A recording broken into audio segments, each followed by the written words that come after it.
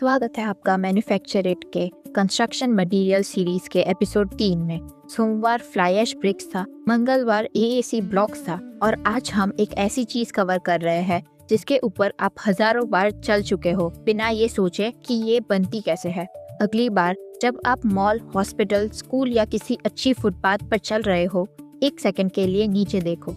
वो interlocking concrete blocks किसी ने बनाए हैं। ज्यादातर लोग सोचते हैं कि इसके लिए बड़ी फैक्ट्री और एक्सपेंसिव मशीन्स चाहिए होती है। रियलिटी काफी सिंपल है। शुरू करने के लिए सिर्फ 4 चीजें चाहिए: vibro machine, rubber moulds, concrete mixer और एक शेडेड ड्राइंग एरिया। प्रोसेस समझ जाओ तो काफी स्ट्रेट फॉरवर्ड है, लेकिन 2 केमिकल्स, एक मिक्स में और एक फिनिशिंग में, ये डिसाइड करते हैं कि आप बेसिक ब्लॉक बना रहे हो या प्रीमियम प्रोडक्ट जो हायर मार्जिन पे बिकता है। इंडिया का पेवर ब्लॉक मार्केट लगभग 40,000 करोड़ का है और हर साल ग्रो कर रहा है, और इस डिमांड का मेजर हिस्सा छोटे मैन्युफैक्चरिंग यूनिट्स ही सप्लाई करते हैं। चलिए इसे डिटेल में समझते हैं। मैन्युफैक्चर इट में आपका स्वागत है, जहां हम रियल मैन्युफैक्चरिंग बिजनेसेस को ब्रेक डाउन करके आसान तरीके से समझाते हैं।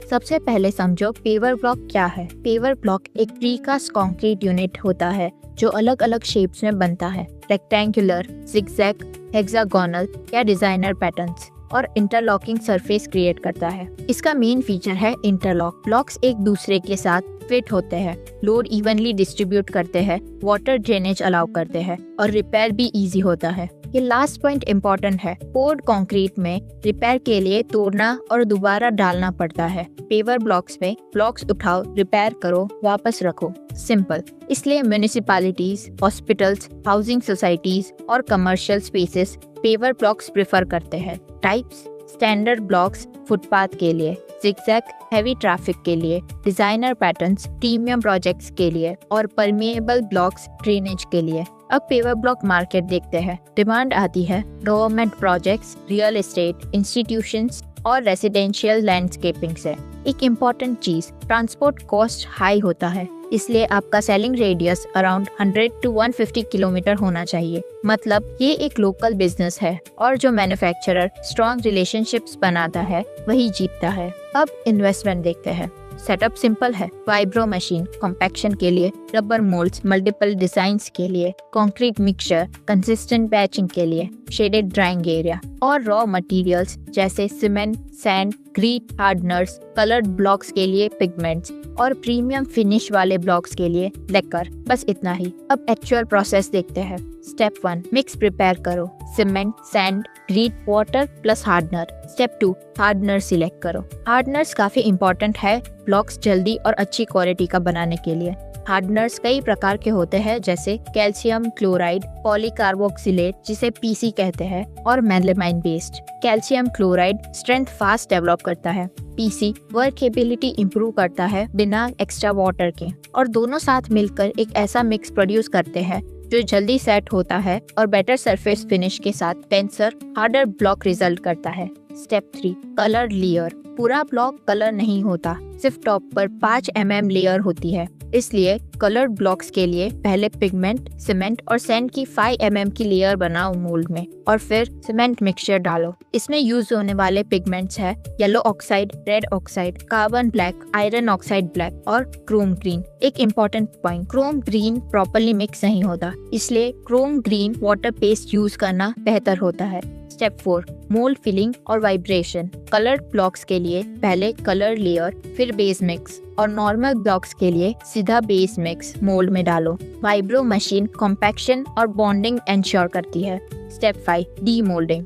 नेक्स्ट डे ब्लॉक्स को डीमोल्ड करो। रबर मोल्ड से ब्लॉक्स इजीली निकल जाते हैं, डैमेज भी कम होता है। Step 6, cleaning. मोल्ड्स को डाइल्यूटेड HCl से क्लीन किया जाता है ताकि रेसिड्यू रिमूव हो और फिनिश मेंटेन रहे। Step 7, drawing. ब्लॉक्स को शेड में ड्राई किया जाता है। स्टेप 8, लेकर। ये एक्रेलिक कोटिंग होती है जो शाइन, वाटरप्रूफिंग और प्रीमियम फिनिश देती है। यही स्टेप प्रोडक्ट को हायर प्राइस सेगमेंट में ले जाता है। अब तीनों लेवल की प्रॉफिट देखते हैं। Plain block 30 to 40% margin, colour block 40 to 50%, colour plus lacquer 50 to 60%.